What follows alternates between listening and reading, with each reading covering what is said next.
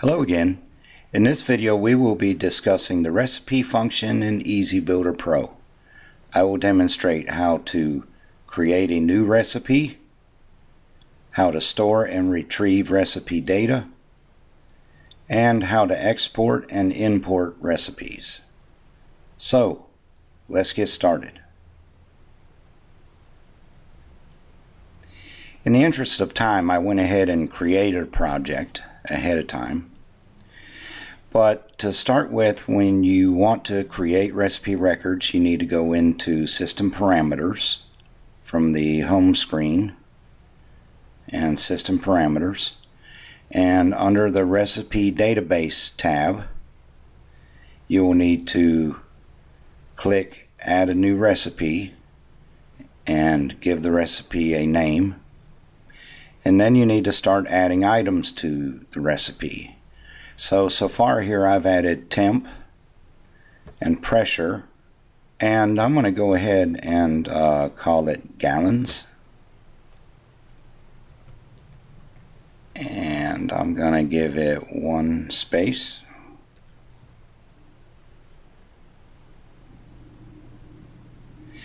And so once you've got all that defined, you need to define the data type.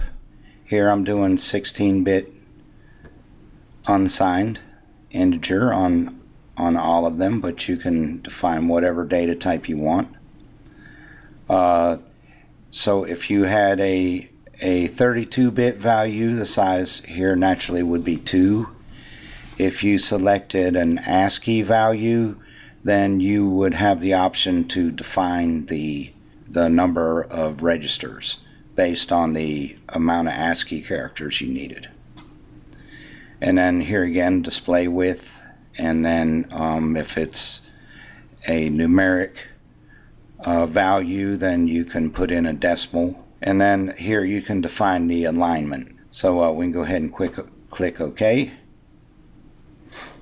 And on our main screen here, I left it pretty much empty. So we're going to go through the mechanics of moving data in and out of the recipe. Now there's a few methods you can use. You can use data transfers, set objects, or macros to do the work. So the first thing I'm going to do is put an object to define which recipe record we're working with. So we want to select our local device, this numeric input. We want to select device to be local HMI. We want to go down to the bottom and get recipe.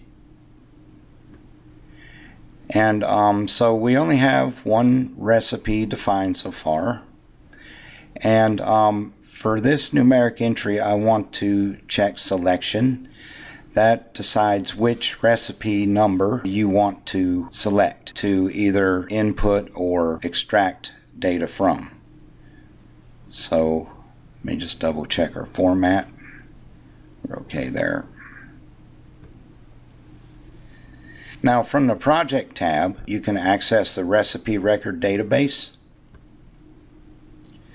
You can see here are the recipe items, and we can embed an initial value in the recipe. So I've created 10 records here, and I've given values to all of these. So when we run our project, we will already have data in there. So what I'm going to do is go ahead and put another numeric object here on the screen, and I'm going to select a recipe, and I'm going to select temperature.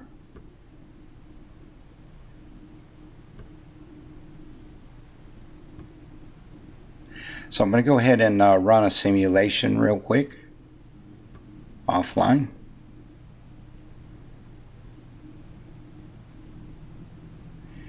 See, so record 0, which is the first one, we had a value of 35. Let me bring both of them up here at once so you can see them. So record 0, a value of 35.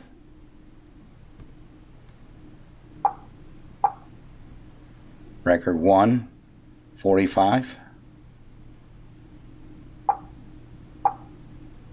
35 again, so on and so forth.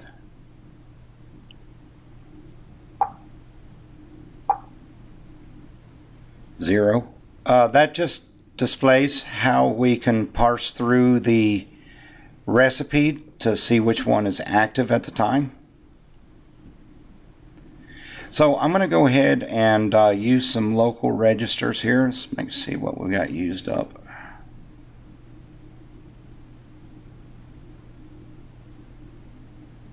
Okay, so I just start with RW0.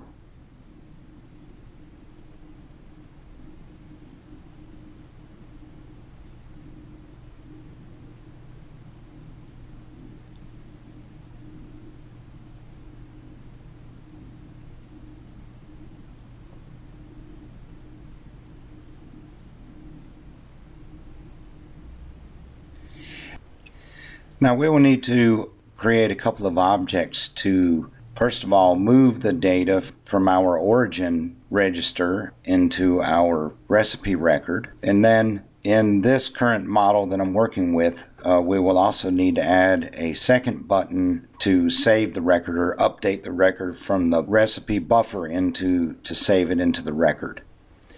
And we'll show that there's a command word within recipe that we can do that with. Now, I just did want to mention, if I did this project in one of the higher end models like a CMT series, there would be more options available in a combo button, and there would be recipe options available, and we could do all of that in one click. But for this exercise, we're just going to create multiple objects. So we're going to use a word set. And we want to drill down to our recipe, and we want to find our command word. Now I want to show you the command structure for the command word in the recipe. One adds a new recipe record. So I showed you we created 10 records already, and so if we write a 1 in there, we're going to add an 11th record and so on and so forth. 2 actually updates the value from the buffer and saves it into the record. 3 will delete the selected one, whichever selection we have here in the selection word. It will delete that record. And if you enter a 4, it will clear or delete all of the recipe records. And then we also have a result word here, but we're not going to really actually use any of that today, but it's there if you need it. And if we were using the combo buttons, we would use it because, like I said, on the higher end, you can actually weight logical response. So we could look for a value of 1 in the result register or the status register before we moved on to the next step. So anyways, we're going to go ahead and write a value of 2 into our command word.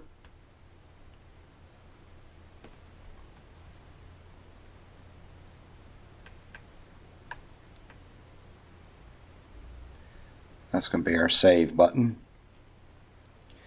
Now, the method we're going to use here to get the value from our origin register, LW0, into our current recipe record for temp, we're going to use a data transfer. And in this case, we're going to do a per page, not a global. And we're just going to do a touch trigger, and we're going to move one word from RW0 into temp.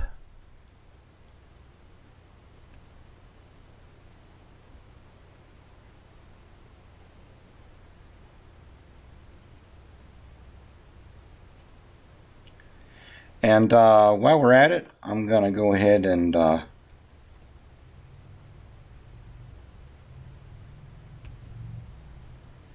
reverse this around.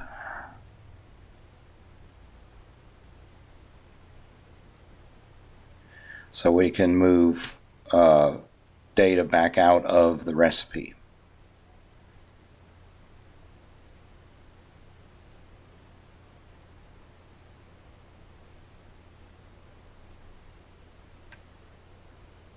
So let's go ahead and give that a try. Do an offline simulation here.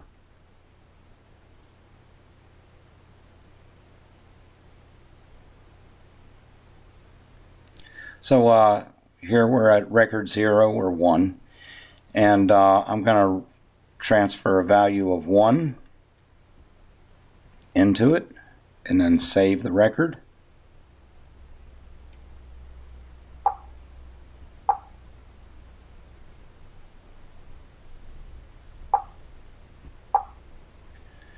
So 2 there's 35, so I'm going to go ahead and move that our RW0 register, go to record 1,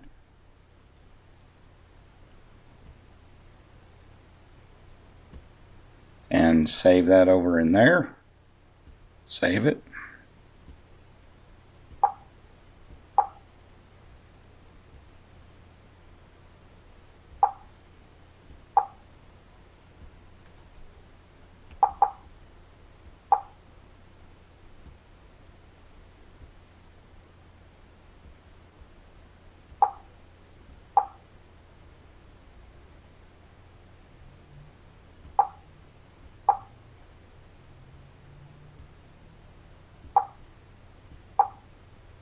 So it's as simple as that. So let's move on to the next thing. We have some embedded display objects, and so I added a lot of stuff on this page, and we'll go over all of it here. Here we have our recipe record view object. You can find it right here on the object tab. And of course we've got our recipe selected. We only have one, so it's set points. And you can define a sort method. We've got a relatively simple one here, so we're gonna start with temp first. You can define some visual properties for it, and really that's about all there is to it. So let's go ahead and run a simulation, and you should see all of our data that we entered on the first page be populated here in our recipe view.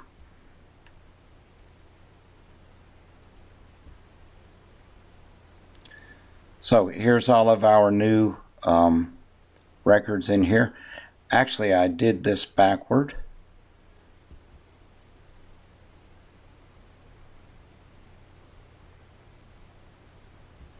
Let's do ascending, so they go up. So our lowest record is first.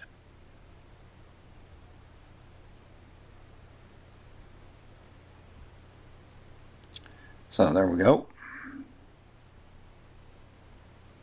Pretty simple, pretty simple. Now on this page I've also added a file browser and then some ASCII entries, so we can define the file name and the folder location. And then I've also added some import and export buttons here. So let's go over how all that works.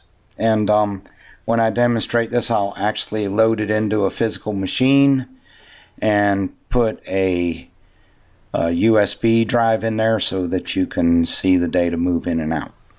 So what I've got right here is called a file browser.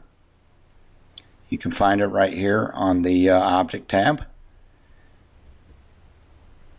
And in this model I only have USB disk available for selection, but if I had a model with a SD slot, we could also use that, or if I had one of the higher end models, I could actually even store it in local memory. You got your security tab, you're familiar with all of that shape. You can set it however you want. We can define the type of files. I just left it all as CSV files. So on the general tab, we want to define the folder path and the file name address. So I'm going to put the folder path at LW20, length of 20 words, and the folder name at LW0, length of 20 words. So LW0, this is the folder name. And LW20, that's the file path. Whichever file I select in the file selector will populate these text boxes with the appropriate text. Or if I were adding a new record, if I were doing an export, I could actually define the file name and the path. I could even create a new folder by making a new file path that's unique to what's already there. And it would go ahead and make the new folder and then put the file in that folder. So over here on the object tab, we've got a import export object, and these are global objects. And so here I've set one up. You would just click new, and the control address is LW100, and here are the control commands. 0 is nothing, 1 is import, 2 is export, and 3 is export without overwriting. So it would create a new file or probably put copy next to it. Then your next word, LW101, would be your status word. 0 is idle, 1 is busy, and LW2 is your result word. 1 equals success, and 4 or more errors. And here are your error codes, just in case you wanted to create a word lamp or something like that to display what the error might be. And then down here we define the file name addresses here from the export. And here you can see I've got the path set the same as our file selector, and the file name, actual name address, LW0. So we can just exit out of there. And here I put some numeric set objects. Write a constant value, LW100, value of 3. That's to export. And then writing a value of 1 to the same register for an import. So let's go ahead and download our project.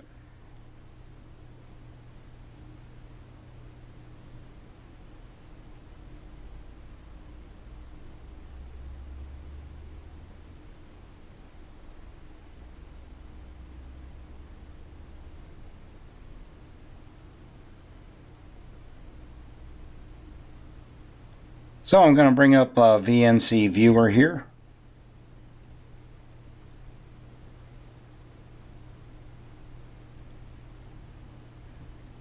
So we'll go to our record page. And here I've got a file, recipe2, that I saved before. And see, so here's our file name. And here's our path.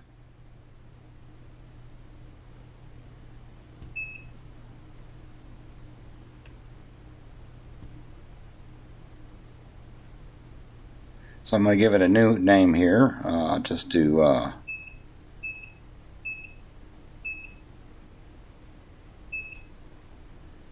and then export.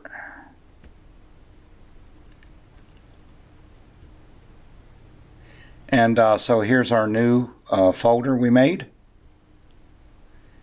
And there's the recipe file we saved.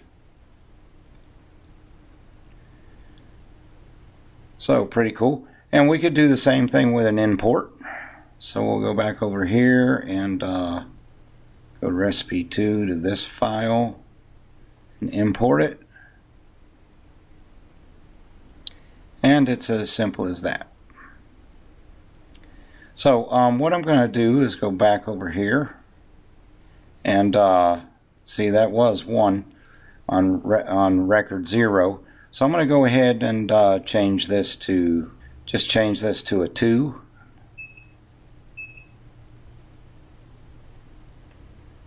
And save it there. And I'm going to put that in the same file. I'm just going to do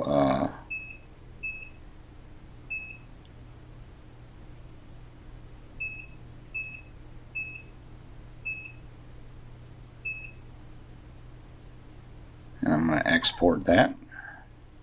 And see, there's our file. I'm going to go back over here and I'm going to change that to a 1.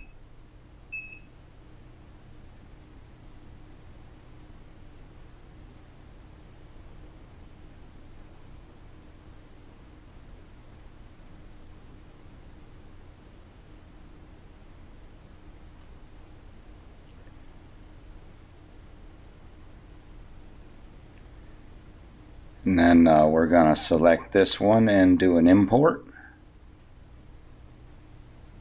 Go back and see there it's a 1 again. So it's as simple as that.